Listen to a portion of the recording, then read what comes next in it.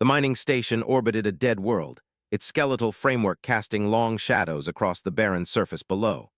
Commander Jake watched through the observation deck as another transport shuttle docked, bringing fresh workers to extract the rare minerals that kept humanity's war machine running. The war against the Empire had been raging for 3 years, and every gram of extracted ore meant another weapon, another ship, another chance at survival. Jake's weathered hands gripped the railing as he studied the tactical displays. At 35, he had already seen more combat than most soldiers experienced in a lifetime. His dark hair was streaked with premature gray, and a jagged scar ran from his left temple to his jaw, a souvenir from the Battle of Station. They had been relentless in their expansion, consuming world after world with their superior technology and seemingly endless fleets.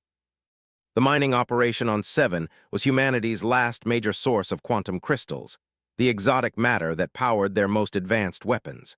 Without it, the human fleet would be reduced to conventional armaments, utterly useless against energy shields.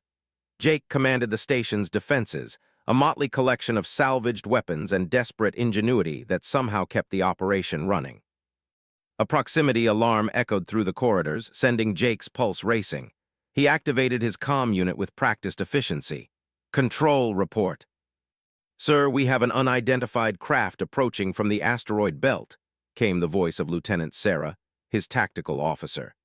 "It's not broadcasting any identification codes, and the design doesn't match any known human or vessels." Jake frowned, moving swiftly toward the command center. The corridors of the mining station were cramped and utilitarian, lined with exposed conduits and maintenance panels. Emergency lighting cast everything in a harsh red glow, giving the place an almost hellish atmosphere. Workers in environmental suits hurried past, their faces hidden behind reflective visors, but Jake could sense their tension.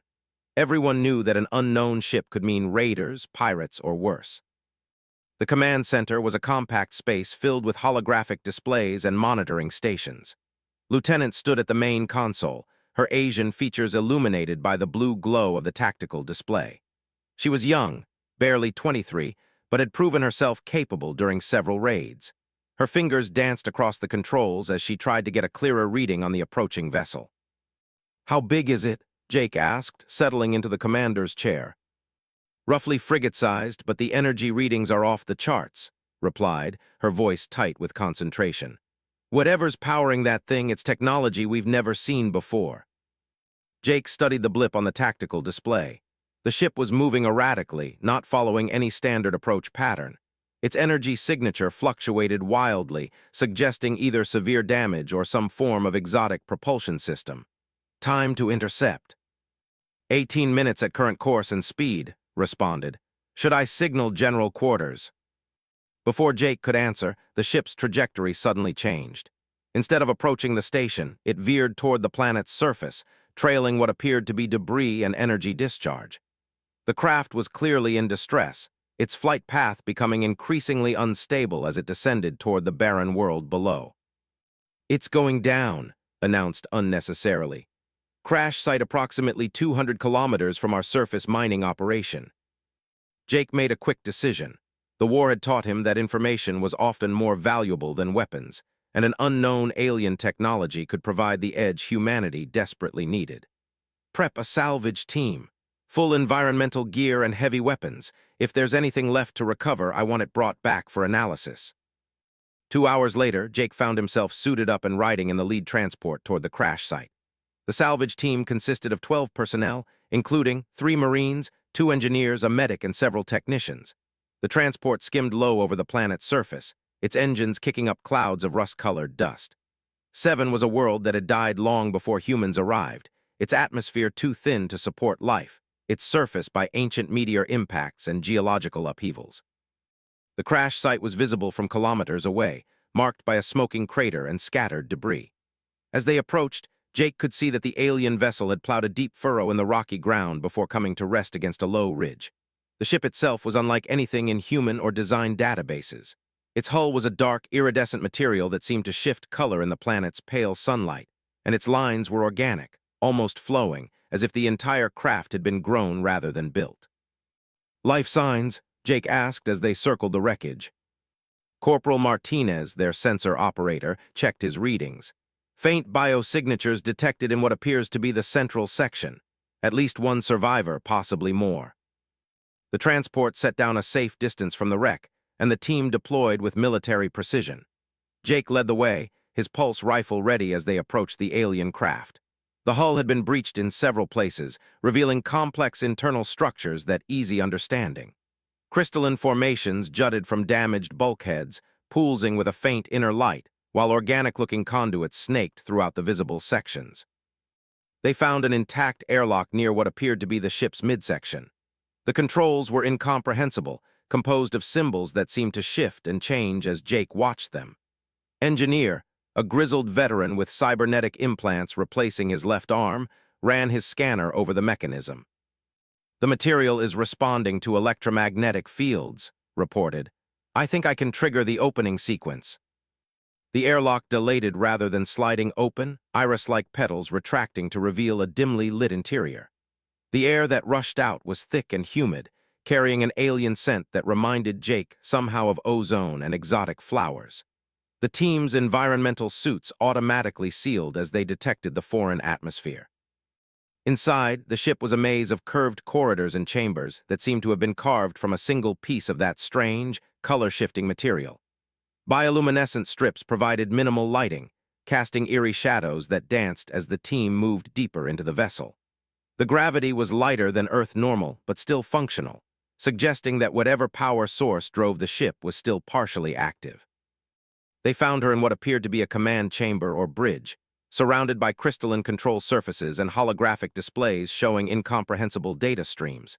She was unlike anything Jake had ever encountered, humanoid but clearly alien in every detail.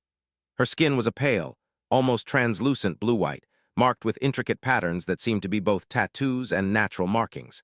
Her hair was silver-white and moved as if underwater, despite the ship's atmosphere. She wore form-fitting garments that appeared to be made from the same material as the ship itself. But it was her injuries that drew Jake's attention immediately. Dark fluid, presumably blood, seeped from multiple wounds across her torso and limbs. One of her arms was clearly broken, twisted at an unnatural angle. Her breathing was shallow and labored, and even through their species differences, Jake could see that she was in severe pain. "Medic," he called softly, not wanting to startle the injured alien. Doc Reeves, a veteran field medic who had patched up more soldiers than he could count, approached cautiously. "I don't know the first thing about alien physiology, Commander. For all we know, what looks like injuries might be normal for her species."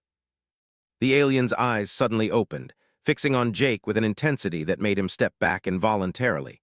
Her eyes were large and entirely black, like pools of liquid shadow, yet somehow conveyed intelligence and awareness that was unmistakably sentient. When she spoke, her voice was melodious despite her obvious pain, the words carrying harmonic overtones that their translation software struggled to process. "Do not touch me, human," she whispered, the translator rendering her words with a strange delay that made them seem to echo in the chamber. "You cannot understand what you would unleash." Jake held up his hands in what he hoped was a universal gesture of peace. "We're here to help. You're injured." The alien's laugh was bitter, tinged with what sounded like grief. "Help. Your species knows only how to destroy. I have seen what humans do to those they consider different." "You know about humans?" asked, her scientific curiosity overriding protocol. The alien's dark gaze shifted to, studying her with an intensity that made the young lieutenant uncomfortable. We know of your methods." Jake felt a chill that had nothing to do with the ship's atmosphere. The implications were staggering. This was a previously unknown alien species that had somehow been observing the war between humanity and the Empire. What else did they know? And more importantly, what were their intentions? "Who are you?" Jake asked directly. "What is your species called?" The alien struggled to sit up, wincing with obvious pain but refusing assistance when Doc Reeves moved to help her. Was, of the Collective, Queen Regent of the Fourth Fleet." Her voice carried a weight of authority even in her weakened state. "And I am dying." The revelation hit Jake like a physical blow. A queen. Not just any alien, but royalty of an unknown species. The political and military implications were enormous. If they could save her, if they could establish communication with her people, it might change the course of the war entirely. New allies, new technology, new hope for humanity's survival. "Your Majesty," Jake began, unsure of the proper protocol for addressing alien royalty. Let us help you. Our medical technology might be different from yours, but we have skilled physicians. His expression was unreadable, her alien features conveying emotions that Jake couldn't interpret. You do not understand, human. I was not injured in an accident. I was betrayed by my own people, cast out and left to die. There is no return to my former life, no healing from these particular wounds. The implications of her words sank in slowly. Political betrayal, exile, attempted murder. Jake had seen enough war to recognize the signs of someone who had lost everything they held dear. But there was something else in her tone, a warning that suggested her injuries were more than physical. What did they do to you? He asked quietly. Alien features contorted in what might have been pain or rage. They severed my connection to the Nexus, the living network that binds all together. Without it, I am incomplete, alone in a way your species could never understand. She gestured weakly at the glowing patterns on her skin, which Jake now noticed were dimmer than when they had first found her. These marks are not decorations. They are neural pathways, biological circuits that connect me to my people's collective consciousness. When they are severed, the body begins to fail. Jake exchanged glances with his team. Whatever was happening to this alien queen was beyond their understanding, but the determination in her eyes suggested she wasn't ready to give up yet. And if she represented a potential ally against humanity couldn't afford to lose her. Maybe we can't understand your connection to your people, Jake said carefully, but we understand betrayal. We understand being alone against impossible odds. That's been humanity's story for the past 3 years. For the first time since they had found her, something like interest flickered in his dark eyes. You speak of your war. They have superior technology, superior numbers, superior everything, Jake continued.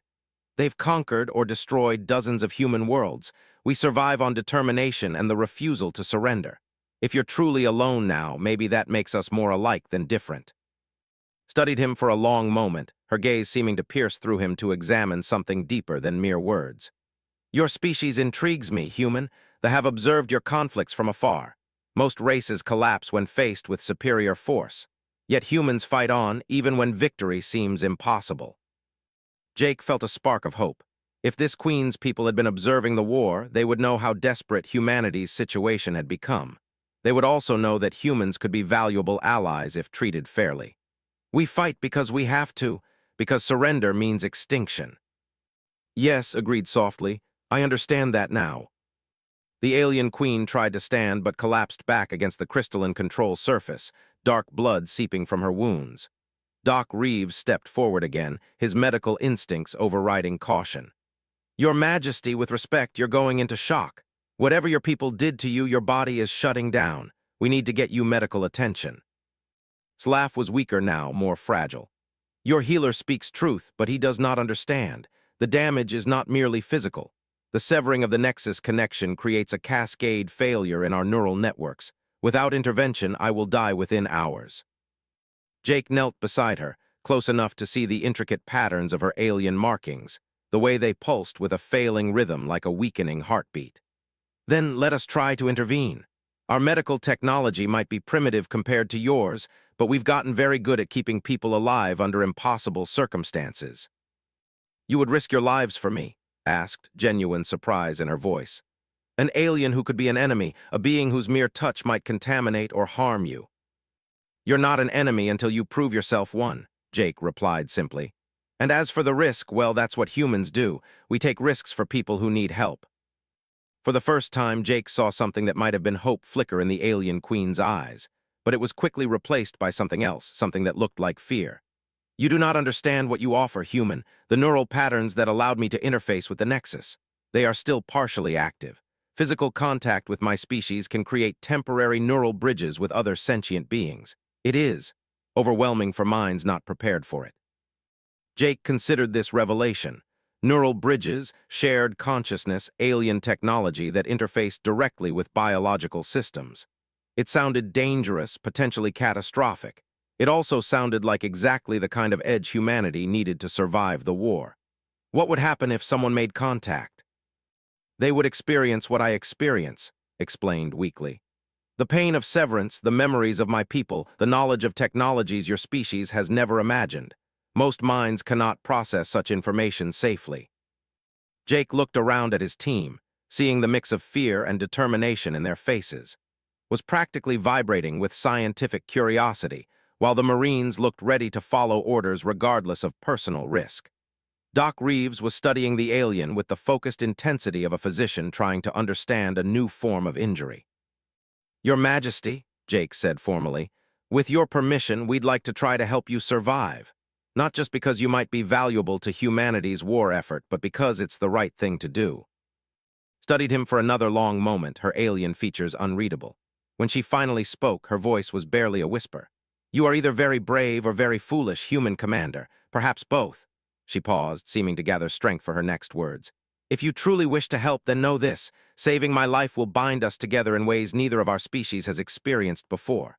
The neural bridge once formed cannot be easily severed. You would carry part of my consciousness, and I would carry part of yours." Jake felt the weight of the decision settling on his shoulders. This was far beyond his authority as a mining station commander. The implications for humanity, for the war, for his own life, were staggering. But looking at this injured alien queen, seeing the intelligence and dignity in her alien features despite her pain, he knew there was really only one choice. "Then we'll figure out how to live with that," Jake said quietly, "together."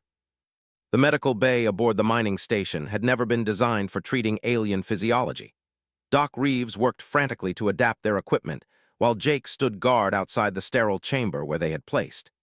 The alien queen's condition had deteriorated rapidly during the transport back to the station, her breathing becoming more labored, and the luminescent patterns on her skin fading to barely visible traces.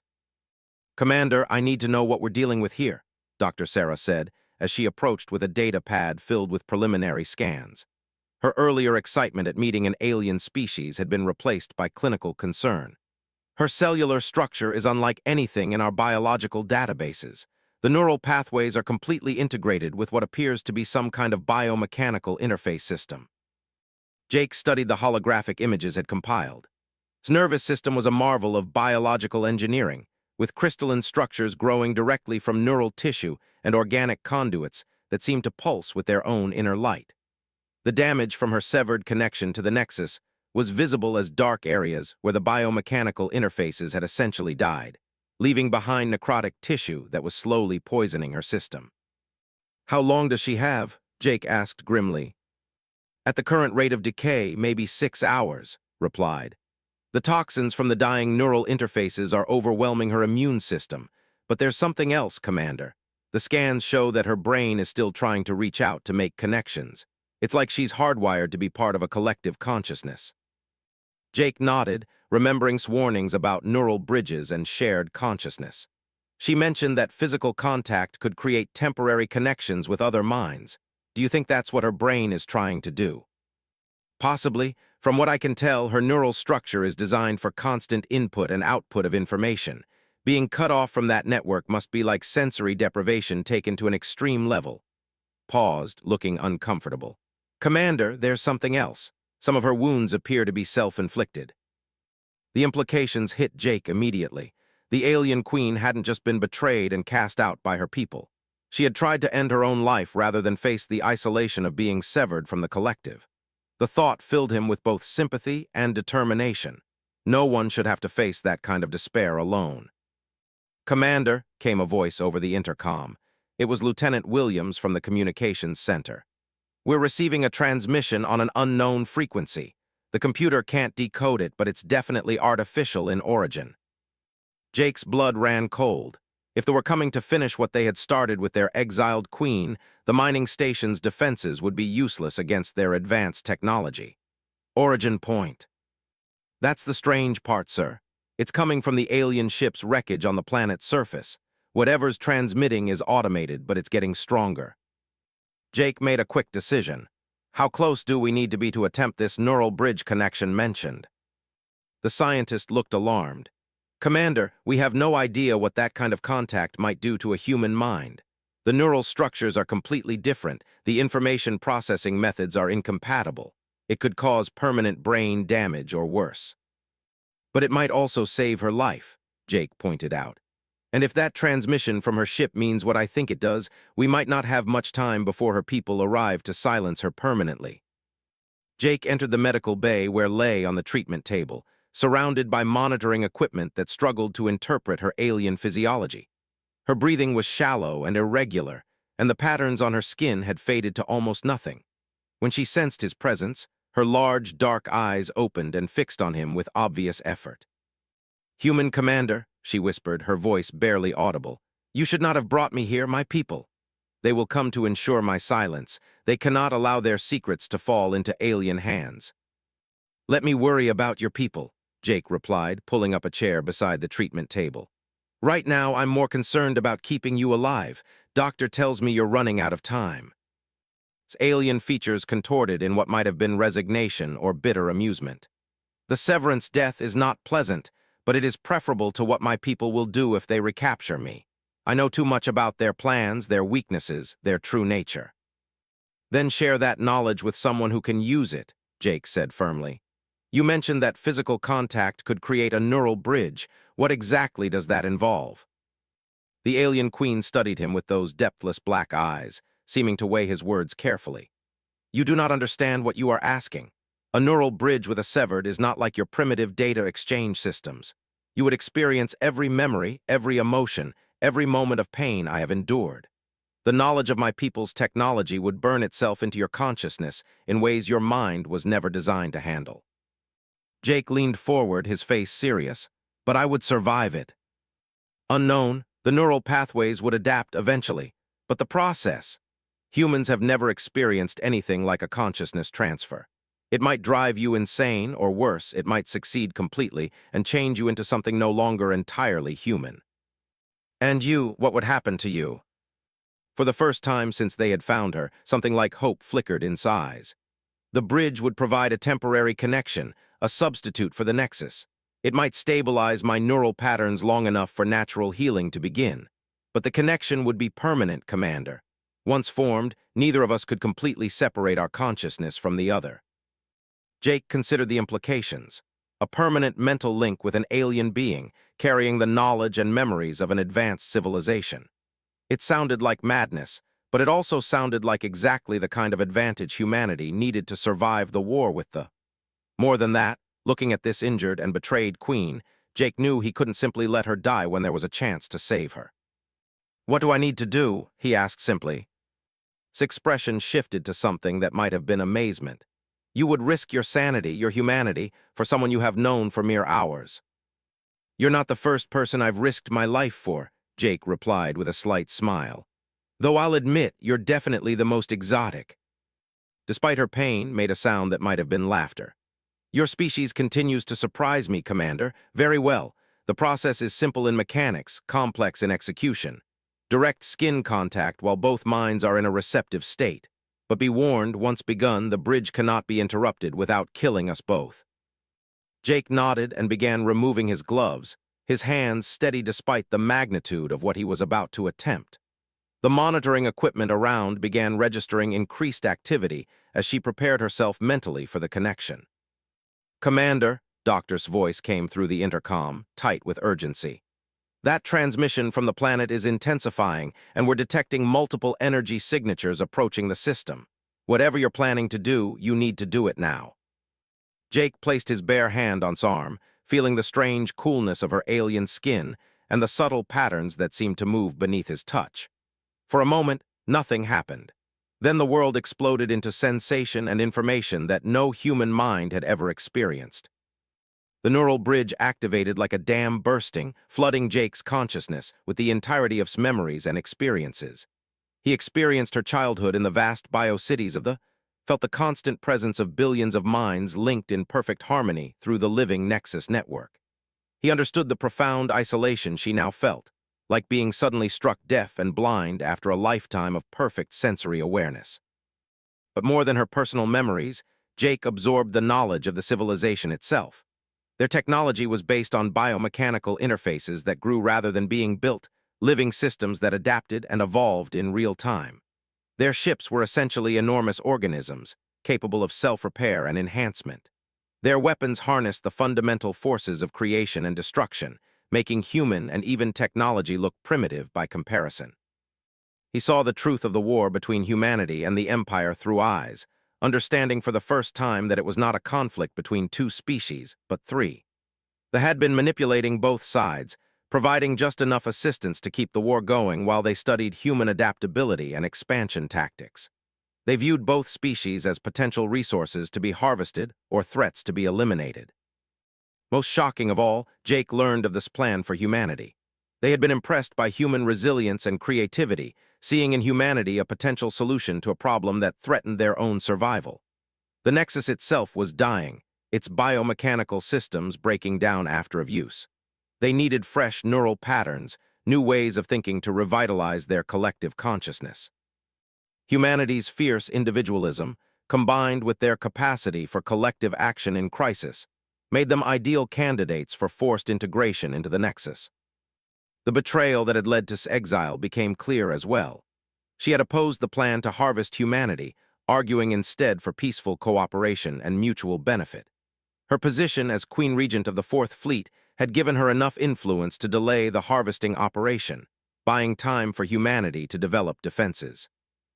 Her own people had seen this as treason and had severed her connection to the Nexus as punishment, intending her to die in exile as an example to others who might oppose the collective will. But the neural bridge was not one-sided. Even as Jake absorbed memories and knowledge, she was experiencing his own consciousness, learning what it meant to be human in ways no had ever understood.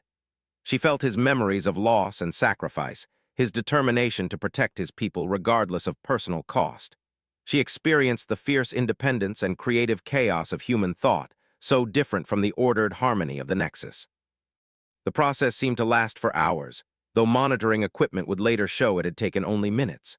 When Jake finally opened his eyes, he was no longer entirely human. The knowledge of technology burned in his mind like a star, showing him possibilities he had never imagined. At the same time, he could feel his presence in his thoughts, alien but no longer foreign, a constant companion who shared his determination to protect both their species from the coming storm. "The bridge is complete," said, her voice stronger than it had been since they found her. The patterns on her skin were glowing more brightly, stabilizing as the substitute neural connection provided the stimulus her dying systems needed. "I can feel your mind, Commander. It is chaotic and beautiful in ways I had not expected." Jake stood slowly, his legs shaky as his brain processed the flood of new information and sensations. "I can see their plan, their whole sick scheme to harvest humanity. How long do we have before the main fleet arrives?" "With my ship's automated distress beacon active, perhaps days. But the harvesting fleet has been moving toward human space for months. They will arrive whether I am found or not." Sat up on the treatment table, her movement still careful but much stronger than before. "However, you now possess knowledge that could change the course of the coming conflict. Biomechanical technology that grows and adapts, weapons that harness fundamental forces, ship designs that are living entities rather than mere machines." "Commander," Doctor's voice cut through their conversation, filled with barely controlled panic. "We have multiple contacts entering the system. 6 ships, unknown configuration but massive energy signatures. They'll be in weapons range in approximately 4 hours." Jake felt a grim smile cross his face. They had come to silence their exiled queen, but they would find something very different waiting for them. Through the neural bridge, he could access not just memories but her instinctive understanding of technology and tactics. More importantly, he could feel her determination to fight back against the people who had betrayed her. He said, using her name for the first time, "How would you feel about teaching some humans how to fight back against gods?" The alien queen's expression was fierce, her dark eyes burning with an inner fire that had nothing to do with her biomechanical implants. "Commander Jake, I believe our species are about to become very close allies indeed." As alarms began sounding throughout the mining station, Jake felt the weight of responsibility settling on his shoulders. He was no longer just a station commander trying to protect a mining operation. Through the neural bridge with an alien queen, he had become humanity's first line of defense against a threat they didn't even know existed. The war with the had been brutal, but the coming conflict with the would determine whether humanity survived as an independent species or became absorbed into an alien collective consciousness. But for the first time in years, Jake felt something like optimism. Humanity had always been at its best when facing impossible odds, and they had never faced odds more impossible than these. With technology and human determination combined, they might just have a chance. The real war was about to begin. The mining station transformed into a fortress within hours of the fleet's arrival. Jake moved through the corridors with new purpose, his mind processing tactical information through both human intuition and alien knowledge. The neural bridge had fundamentally changed him, adding layers of perception and understanding that no human had ever possessed. He could sense the emotional resonance of his crew members, feel their fear and determination as they prepared for a battle against unknown opponents. "Status report," Jake commanded as he entered the emergency command center that had been hastily established in the station's most protected section. The room buzzed with activity as technicians and officers worked frantically to prepare their defenses. Lieutenant looked up from a tactical display, her face pale but determined. "6 contacts confirmed, Commander. They're maintaining position at the edge of the system, apparently scanning our defenses. Energy readings are off the charts, far beyond anything we've encountered from the..." Jake studied the holographic representation of the fleet. Through his memories, he could identify the ship types: 3 combat vessels designed for planetary assault, 2 science ships equipped for biological analysis and specimen collection, and 1 massive command vessel that served as a mobile nexus node. The implications were clear. They hadn't come just to silence their exiled queen. They were here to begin the harvesting of humanity. "What about our defenses?" Jake asked, though he already knew the answer would be insufficient. 12 defensive platforms with plasma cannons, 8 torpedo launchers, and the mining station's own weapons array, replied Commander Torres, the station's tactical officer. "Against conventional threats, it would be adequate. Against this..." He gestured helplessly at the tactical display. Entered the command center, moving with fluid grace despite her recent injuries. The neural bridge had stabilized her condition remarkably, though she still bore the visible marks of her severing from the nexus. Her presence immediately drew attention from the human crew, some starring in fascination, others with barely concealed suspicion. "Your weapons will be ineffective against bioarmor," she announced without preamble. "Their hulls regenerate damage faster than your plasma cannons can inflict it. However, there are vulnerabilities that can be exploited if you are willing to trust alien knowledge."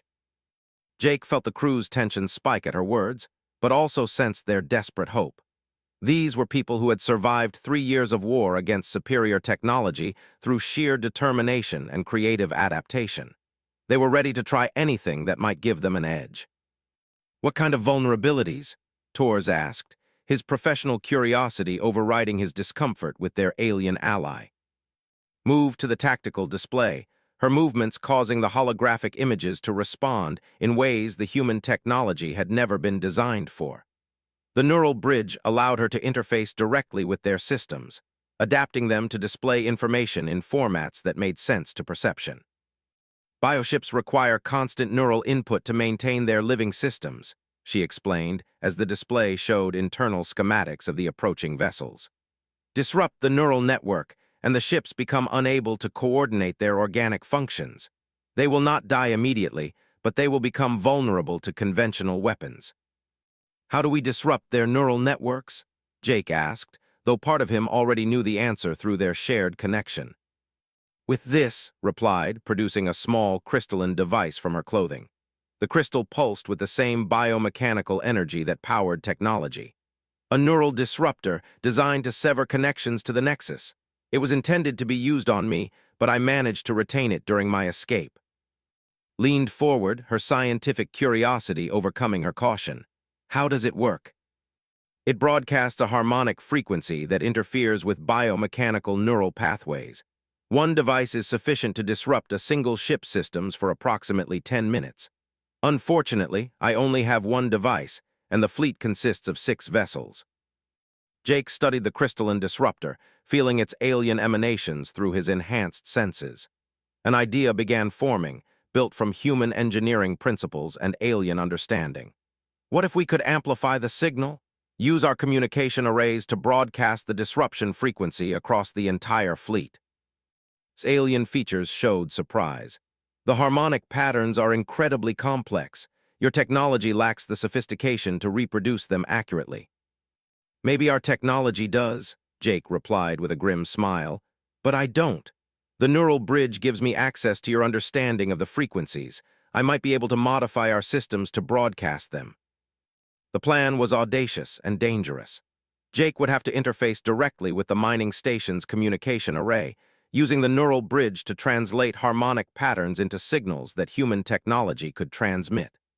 The process would require him to open his mind completely to the alien knowledge he had absorbed, risking permanent damage to his human consciousness. Commander, the energy requirements alone would overload our power grid, Engineer pointed out as they discussed the modifications needed. We'd have to drain power from life support, artificial gravity, even the defensive weapons. Do it, Jake ordered. We'll only get one shot at this. If the neural disruption works, we'll have 10 minutes to destroy or disable 6 vessels with whatever power we have left. As the crew scrambled to implement the modifications, Jake found himself alone within the command center. The alien queen watched him with those depthless black eyes, her expression unreadable even through their neural connection. You are taking an enormous risk, she observed quietly. Opening your mind so completely to alien patterns could shatter your sanity, and even if you succeed, my people will adapt quickly. This tactic will only work once. Jake nodded, understanding the implications. Sometimes once is enough. Besides, humanity has never had the luxury of fighting fair. We survive by being too stubborn to die and too crazy to quit. Your species continues to fascinate me, replied. They analyzed human behavior for decades before deciding to harvest you. They concluded that humans were inferior because you lack our collective harmony, our shared purpose. They failed to understand that your chaos is also your strength. What do you mean? Gestured toward the crew working frantically around them. Each of your people approaches this crisis differently. Your engineer sees a technical puzzle to solve. Your scientist seeks to understand the unknown. Your soldiers prepare for combat they know they cannot win. Yet somehow these conflicting approaches combine into effective action. The Nexus could never produce such creative chaos. Before Jake could respond, alarms began sounding throughout the station. The fleet was moving, finally abandoning their observation position to advance toward the mining station. Through the tactical displays, Jake could see the alien vessels accelerating with impossible grace, their biomechanical hulls rippling with patterns of energy that spoke of living starships eager for battle. Incoming transmission, Lieutenant Williams announced from the communications station. It's coming from the lead vessel, audio only. The voice that filled the command center was melodious and alien, similar to, but carrying harmonics that spoke of absolute authority. The translation software struggled with the complex tonal patterns before finally rendering the words in flat, emotionless text. Mining facility of the human species, surrender the exile immediately. Her crimes against the Nexus require appropriate punishment. Comply, and your deaths will be swift. Resist, and you will join her in suffering before absorption into the collective. Jake activated the communication system, his voice steady despite the magnitude of their situation. This is Commander Jake of the 7 mining station, is under our protection. If you want her, you'll have to go through us. The response came quickly, tinged with what might have been amusement. Human arrogance is consistent with our observations. You cannot comprehend the forces arrayed against you. We are eternal, connected, perfect in our unity. You are brief sparks of chaos, soon to be extinguished or absorbed. Maybe, Jake replied, but we're going to make it interesting. The communication ended, and the fleet resumed its advance. Jake moved quickly to the modified communication array, where Engineer had jury-rigged connections that would allow direct neural interface with the transmission systems. The setup looked like a medieval torture device crossed with advanced alien technology, but it represented humanity's only chance for survival. Power grid standing by, reported. We'll have maybe 15 minutes of full power after the transmission, then we'll be running on emergency reserves. Weapons systems ready, Torres added. All platforms targeted on the lead vessel. If this works, we'll hit them with everything we have while they're disrupted. Jake approached the interface chair, feeling presence in his mind through the neural bridge. She would guide him through the complex harmonic patterns, but the actual transmission would require him to merge his consciousness completely with the alien frequencies. There was no guarantee he would emerge from the process with his sanity intact. Commander, Doctor said quietly, Are you sure about this? The neural stress readings are already off the charts and you haven't even begun the interface. Jake settled into the chair, feeling the biomechanical connections activating as they made contact with his nervous system. Doctor, in the past 3 years of war, humanity has done a lot of impossible things. Today, we're going to do one more. The interface activated with a sensation like lightning running through his veins. Jake's consciousness expanded beyond the boundaries of his physical body, merging with the mining station's communication systems, and, through them, reaching out toward the approaching fleet. Through the neural bridge, guided him toward the harmonic patterns that would disrupt biomechanical neural networks. The frequencies were unlike anything human science had encountered, complex waveforms that seemed to exist in dimensions beyond normal spacetime. Jake felt his human mind stretching to accommodate the alien mathematics, his consciousness fragmenting and reforming around concepts that had no equivalent in terrestrial experience. But somehow, impossibly, he managed to hold onto both his human identity and his understanding of the patterns. The transmission burst from the mining station like a wave of invisible fire, racing across space toward the approaching fleet. Jake felt the moment when it struck the lead vessel, sensed the confusion and panic as the ship's biomechanical systems began failing. The neural networks that controlled everything from propulsion to life support went chaotic, leaving the massive vessel drifting helplessly as its organic components struggled to function without proper coordination. One by one, the other ships fell victim to the neural disruption. Their graceful formation dissolved into chaos as living hulls convulsed in apparent pain and weapon systems failed to respond to desperate commands. For exactly 10 minutes, the most advanced fleet in known space was reduced to a collection of sick and confused organisms floating helplessly in the void. Jake opened his eyes to find himself back in the command center, though the experience felt like awakening from a dream that had lasted for years. His head throbbed with residual alien knowledge, and he could feel consciousness intertwined with his own in ways that were both comforting and disturbing. "It worked," Torres shouted from the tactical station. "All 6 vessels are showing massive systems failures. They're dead in space." "Then let's make sure they stay that way," Jake ordered, his voice hoarse from the neural strain. "All weapons fire at will. Target the command vessel first." The mining station's defensive platforms opened fire with everything they had, plasma bolts and torpedoes streaking across space toward the disabled fleet. The alien ship's bioarmor, normally capable of regenerating damage faster than it could be inflicted, was unable to respond properly without neural coordination. Massive wounds opened in organic hulls, spilling atmosphere and biomechanical fluid into the vacuum. But they were not defenseless, even in their disrupted state. Automated systems began coming online as secondary neural networks took over from the damaged primary networks. The alien vessels started returning fire, their weapons systems operating at reduced efficiency but still capable of devastating destruction.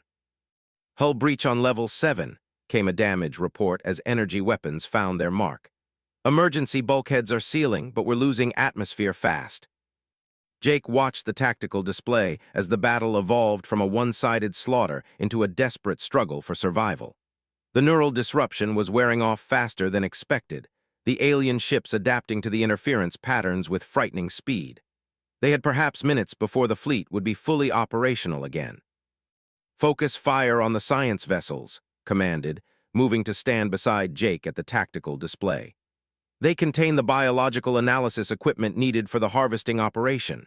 Destroy them, and this fleet cannot fulfill its primary mission." The mining station's weapons shifted targets, concentrating their remaining firepower on the 2 science vessels. The alien ships, their bioarmor still struggling to function properly, took massive damage under the focused assault. One vessel's hull ruptured completely, its organic components dying in the cold vacuum of space. The other managed to raise some defensive screens, but continued to take steady damage from the human weapons. But the reprieve was ending. The command vessel and the 3 combat ships were rapidly regaining full functionality, their neural networks adapting to the disruption frequencies that had temporarily crippled them. Weapons systems came online with deadly efficiency, targeting the mining station with surgical precision. "Shields failing," Torres reported as energy beams tore through the station's defensive barriers. "We're not going to survive another salvo like that." Jake felt despair beginning to creep into his thoughts, but it was countered by an unexpected surge of determination from through their neural bridge. The alien queen was smiling, her expression fierce with anticipation rather than resignation. "Commander," she said quietly, "I believe it is time to teach the what happens when they underestimate the chaos of human creativity." Before Jake could ask what she meant, new contacts appeared on the tactical display. Ships were emerging from hyperspace at the edge of the system, moving with the distinctive energy signatures of human vessels. But these weren't ordinary human ships. Their hulls gleamed with biomechanical enhancements, and their weapon signatures showed power levels that matched technology. "This is Admiral Hayes aboard the UES Defiance," came a transmission that filled the command center with hope. "Commander, we received your data burst about the threat. Humanity sends its regards." Jake stared at the display in amazement. Somehow, the information about technology that he had transmitted before the battle had reached the human fleet. In the space of hours, human engineers had managed to integrate alien biomechanical systems with their own technology, creating hybrid vessels that combined human tactical thinking with power sources. The battle that followed would be remembered as the moment when humanity truly became a spacefaring civilization capable of standing against any threat. Human creativity merged with alien technology produced ships that fought with impossible combinations of strategies, vessels that could adapt and evolve in real time as the battle progressed. But more than that, it was the moment when two species learned that cooperation could produce something greater than either could achieve alone. In the neural bridge between a human commander and an exiled alien queen, the seeds of a new kind of alliance had been planted. The real war against the collective was just beginning, but humanity would not face it alone. The aftermath of the battle left 7 mining stations but victorious. Debris from destroyed vessels drifted in orbital patterns around the dead world, their biomechanical components slowly dying in the vacuum of space. Admiral Hayes' fleet had arrived just in time to turn the tide, but the cost had been significant.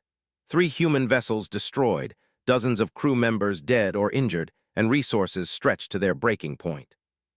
Jake stood in the observation deck of the UES Defiance, watching as recovery teams worked to salvage what they could from the alien wreckage. The biomechanical technology was already proving invaluable, but integrating it safely with human systems required unprecedented cooperation between species that had never even known of each other's existence days before.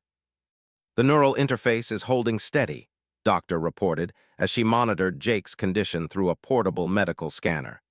"Whatever changes the bridge created appear to be permanent but stable. Your brain activity shows patterns we've never seen in human physiology, but you seem to be adapting well." Jake nodded absently, his attention focused on the communication he was receiving through the neural bridge. Was in the ship's biolab, working with human scientists to decode the information they had recovered from the destroyed vessels. Her presence in his mind was a constant reminder of how much his life had changed in just a few days. "Admiral Hayes wants to see you in the conference room," continued. "The Admiralty is demanding answers about everything that's happened here." The conference room of the Defiance was filled with tension as senior officers from multiple human fleets gathered around a holographic display showing the battle damage. Admiral Hayes, a stern woman in her 50s with graying hair and eyes that had seen too much war, studied tactical reports while various department heads argued about resource allocation and strategic priorities. "Commander," the Admiral greeted as Jake entered, "your report makes for fascinating reading, but I have to ask the obvious question. How do we know we can trust this alien queen? For all we know, this could be an elaborate deception to gain access to human technology and tactics." Jake had expected the question, but it still stung. The neural bridge had created an intimacy of understanding that was impossible to convey to others. He knew her thoughts, her motivations, her pain at being severed from her people. But to the human command structure, she remained an alien unknown. "With respect, Admiral, the neural bridge doesn't allow for deception," Jake replied carefully. "I can feel her thoughts and intentions as clearly as my own. She's genuinely committed to stopping the harvesting operation, even if it means destroying her own people's fleet." "That's exactly what worries me," interjected General, the fleet's strategic coordinator. "Someone willing to betray their own species might just as easily betray ours when it becomes convenient." Before Jake could respond, entered the conference room, her alien presence immediately commanding attention. The neural bridge allowed Jake to sense the discomfort and suspicion radiating from the human officers, but also their grudging respect for someone who had helped save their lives. "General raises a valid concern," said, her melodious voice carrying harmonics that the translation software struggled to render properly. "Trust between species requires time to develop, and we have no such luxury. The main fleet will arrive within days, bringing thousands of vessels equipped for planetary harvesting. Your current forces, even enhanced with our biomechanical technology, cannot stand against such numbers." Admiral Hayes leaned back in her chair, studying the alien queen with calculating eyes. "What do you propose?" "An alliance of necessity," replied without hesitation. "The plan to harvest both human consciousness and technology for integration into the collective. Your enemies in this war are also threatened by my people's expansion. Unite your forces with theirs, combine human creativity, industrial capacity, and biotechnology. Only together do any of our species have a chance for survival." The suggestion created an immediate uproar among the human officers. The war with the had been raging for 3 years, claiming millions of lives on both sides. The idea of suddenly allying with their sworn enemies seemed impossible to most of the command staff. "You're asking us to trust not just one alien species, but two," General protested. "They have shown no interest in peace. They've been trying to exterminate humanity since first contact." Jake felt some amusement through the neural bridge, tinged with something that might have been sadness. "General, they have been manipulated by agents just as much as humanity has. Both your species have been encouraged to fight while the collective studied your tactics and technology. The war itself was orchestrated to gather information for the eventual harvesting." Admiral Hayes studied the tactical displays showing the positions of human and fleets throughout known space. "Even if what you're saying is true, how do we convince them to ally with us? They have even less reason to trust humanity than we have to trust you." "Through demonstration," replied. "They have been in contact with leadership for months, promising them advanced technology in exchange for cooperation with the harvesting operation. But the collective has no intention of honoring those promises. When the main fleet arrives, they will discover they are targets, not allies." Doctor, who had been quietly analyzing data throughout the discussion, looked up from her portable computer. "I've been reviewing the intelligence we recovered from the destroyed vessels. The alien queen is correct. There are detailed plans for the absorption of neural patterns into the collective, scheduled to begin immediately after the human harvesting operation is complete." The implications hung heavy in the air as the human officers processed the information. Their entire understanding of the war had been shattered in a matter of hours, replaced by the revelation that both humanity and their enemies were pawns in a much larger game. "Assuming we could convince them to ally with us," Admiral Hayes said slowly, "what would this combined force be capable of against the main fleet?" Manipulated the holographic display, her biomechanical interface allowing her to access systems in ways human technology had never been designed for. The tactical projection expanded to show the full scope of forces advancing toward human space. "The main fleet consists of approximately 3,000 vessels," she explained, as the display populated with alien ship signatures. "Bioships designed for different aspects of the harvesting operation. Combat vessels to neutralize resistance, science ships to analyze and process biological material, carrier vessels to transport absorbed consciousness back to the collective." Jake studied the massive fleet deployment, feeling a chill that had nothing to do with the ship's climate control. "How many people are we talking about?" "Every human world, every colony, every inhabited system in this region of space," replied grimly. "The collective estimates approximately 40 billion sentient beings suitable for neural integration. Those deemed unsuitable will be eliminated to prevent future resistance." The number was staggering, beyond the scope of any conflict humanity had ever faced. Even combined with forces, the Allied fleets would be vastly outnumbered by the approaching armada. "There has to be something else," General said desperately. "Some weakness we can exploit, some advantage we haven't considered." "There is," replied, her alien features showing something that might have been hope. "The neural bridge that saved my life has created something the collective never anticipated.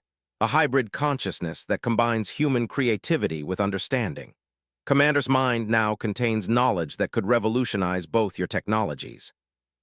Jake felt the weight of expectation settling on his shoulders once again. Through the neural bridge, he could sense the vast store of alien knowledge that had been integrated with his human consciousness. Biomechanical engineering principles, quantum manipulation techniques, consciousness transfer protocols that could enhance rather than absorb sentient minds. What kind of knowledge? Admiral Hayes asked intently. The ability to create truly living starships, Jake replied, the words coming from understanding filtered through human perspective. Vessels that can grow, adapt, and evolve in real time. Ships that are partners rather than tools, capable of independent thought and action while remaining loyal to their crews. Doctor's eyes widened as she grasped the implications. Symbiotic vessels, ships that could literally think their way around enemy tactics, adapt to new threats faster than any programmed system. But the biomechanical integration would require volunteer crews willing to undergo neural bridging with alien technology, added. The process is irreversible and fundamentally changes the consciousness of everyone involved. Not all minds can survive such transformation. Jake understood immediately what she was suggesting. Creating a fleet of biomechanical vessels would require crews willing to undergo the same consciousness-altering process that had bonded him to the alien queen. They would be asking volunteers to sacrifice their purely human nature for the chance to fight as equals against the collective. How many ships could we convert with the available biomechanical material? Admiral Hayes asked, her strategic mind already working through the logistics. Perhaps 50 vessels initially, estimated. But biomechanical technology grows and reproduces. Each converted ship could serve as a template for creating additional vessels, given time and resources. Time we don't have, General pointed out. You said the main fleet would arrive within days. Which is why we need Jake realized. Their industrial capacity could accelerate the conversion process, while their existing fleets provide immediate reinforcement for the first biomechanical vessels. Admiral Hayes made a decision that would change the course of galactic history. Commander, you'll accompany a diplomatic mission to Your neural bridge with the alien queen makes you our best chance of convincing them that the threat is real. Admiral, they have standing orders to shoot human vessels on sight, General protested. A diplomatic mission could be suicide. Not if we're escorted by biomechanical vessels that demonstrate technology beyond anything either species has previously possessed, suggested. Show them ships that think and adapt like living beings, weapons that grow stronger through use, defensive systems that learn from each attack. Such demonstrations would be impossible to ignore. The plan that emerged from the conference was audacious beyond anything humanity had previously attempted. A joint human diplomatic mission would approach the under protection of the first biomechanical vessels, offering alliance against the collective in exchange for industrial cooperation and shared resources. But first, they needed volunteers willing to undergo neural bridging with alien biotechnology, crews prepared to sacrifice their human nature for the chance to pilot living starships. Jake thought about the miners and technicians aboard 7 Station, ordinary people who had faced impossible odds with nothing but determination and creativity. We'll need to call for volunteers, he said quietly. Admiral Hayes nodded grimly. I'll prepare the announcement, God help us all. As the conference broke up and officers scattered to implement the desperate plan, Jake remained within the empty meeting room. Through the neural bridge, he could feel her uncertainty about the path they had chosen, her fear that they were asking too much of both their species. Are we doing the right thing? He asked through their mental connection rather than speaking aloud. I do not know, she replied honestly. The collective taught us that individual consciousness was chaos, that only through unity could true peace be achieved. But experiencing your mind, feeling the creative potential of human chaos, I begin to understand that perhaps the collective was wrong about many things. Jake nodded, looking out at the stars through the conference room's viewport. Somewhere among those distant lights, the largest invasion fleet in galactic history was approaching, intent on harvesting every sentient mind in human space. But for the first time since the war began, humanity wouldn't be facing extinction alone. The alliance of chaos and order, human creativity and alien knowledge, was about to be tested against the most organized force the galaxy had ever known. Jake just hoped it would be enough. The Overon hung like a jewel against the black of space, its crystalline cities glittering across 3 continents, while massive orbital shipyards constructed vessels for the war against humanity. Jake watched through the biomechanical sensors of the hybrid vessel Symphony as their diplomatic fleet approached the heavily defended system, knowing that the next few hours would determine the fate of 3 species. The Symphony was one of 12 vessels that had been successfully converted using salvaged biotechnology and volunteer human crews. Each ship was unique, its biomechanical systems adapting to the personalities and skills of its crew through neural bridging. The Symphony had bonded with Jake and a hand-picked crew of specialists, creating a vessel that thought with human creativity while drawing on technological understanding. "Defense grid is powering up," reported Navigator Lieutenant Sarah, her consciousness partially merged with the ship's sensor arrays. The neural bridging process had been voluntary but irreversible, changing each crew member in fundamental ways. Enhanced awareness allowed her to perceive space-time distortions and energy patterns that purely human minds could never process. Jake felt the ship's anxiety through their shared neural connection. The Symphony was young by biomechanical standards, still learning to trust the strange hybrid consciousness that guided it. The living vessel had been skeptical of the alliance with former enemies, but Jake's determination and wisdom had gradually convinced it that cooperation was their only hope for survival. "Open a communication channel," Jake ordered. "This is Commander Jake of the Human Alliance vessel Symphony. We request immediate audience with the High Command on matters of mutual survival." The response came in the form of weapons lock warnings, as dozens of interceptors moved to surround the diplomatic fleet.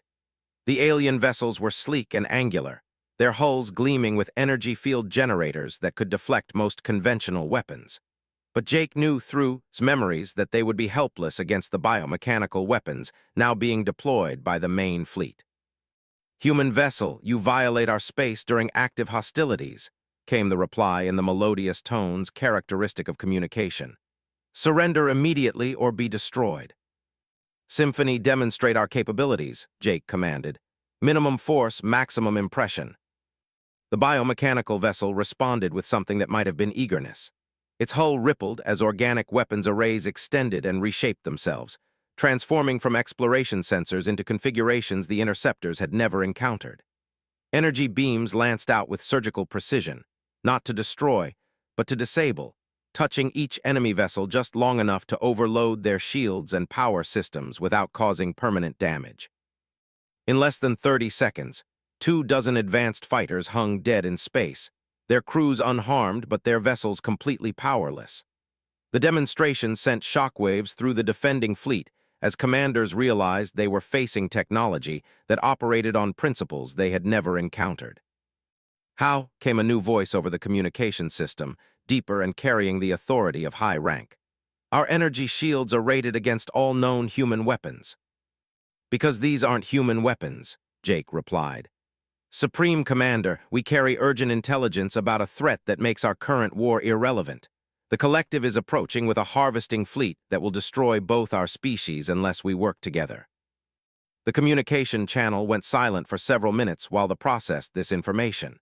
Jake could feel tension through their neural bridge as she monitored communication frequencies, watching for signs that the main fleet had accelerated their approach schedule.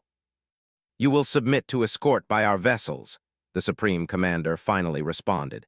"Any deviation from approved course will result in immediate destruction. The High Command will hear your words, but do not mistake this for acceptance of your claims." The approach to Iran took 3 hours, with warships maintaining close formation around the human diplomatic fleet. Jake used the time to review intelligence reports and coordinate with Admiral Hayes, who was simultaneously negotiating with human fleet commanders spread across dozens of star systems. The plan required perfect timing and unprecedented cooperation between forces that had been trying to destroy each other for 3 years. The capital was a marvel of crystalline architecture, its towers reaching toward the sky like frozen music. The High Command Complex occupied the center of the largest city, its chambers designed for rulers who communicated as much through harmonic resonance as through spoken language. Jake found himself in a vast hall where 7 alien beings studied him with expressions that were both curious and hostile. The leaders were tall and elegant, their skin showing the faint translucent quality that marked their aristocratic caste. They wore robes that seemed to be made from crystallized sound, garments that shifted color and pattern based on their emotional state. Currently, those colors showed suspicion mixed with desperate curiosity about the technology that had disabled their interceptors so easily. "Speak, human," commanded the Supreme Commander, a being whose robes showed the deep purples and golds that indicated supreme authority. "Explain how our enemies now possess weapons that surpass our own defensive capabilities." Jake activated the holographic projector that Doctor had modified with biomechanical enhancements, creating a three-dimensional display that showed the approaching fleet in terrifying detail. 3,000 vessels of various configurations, all designed for the systematic harvesting of sentient consciousness across multiple worlds. "The collective has been manipulating both our species for decades," Jake explained, as the display showed historical contact points and technological exchanges.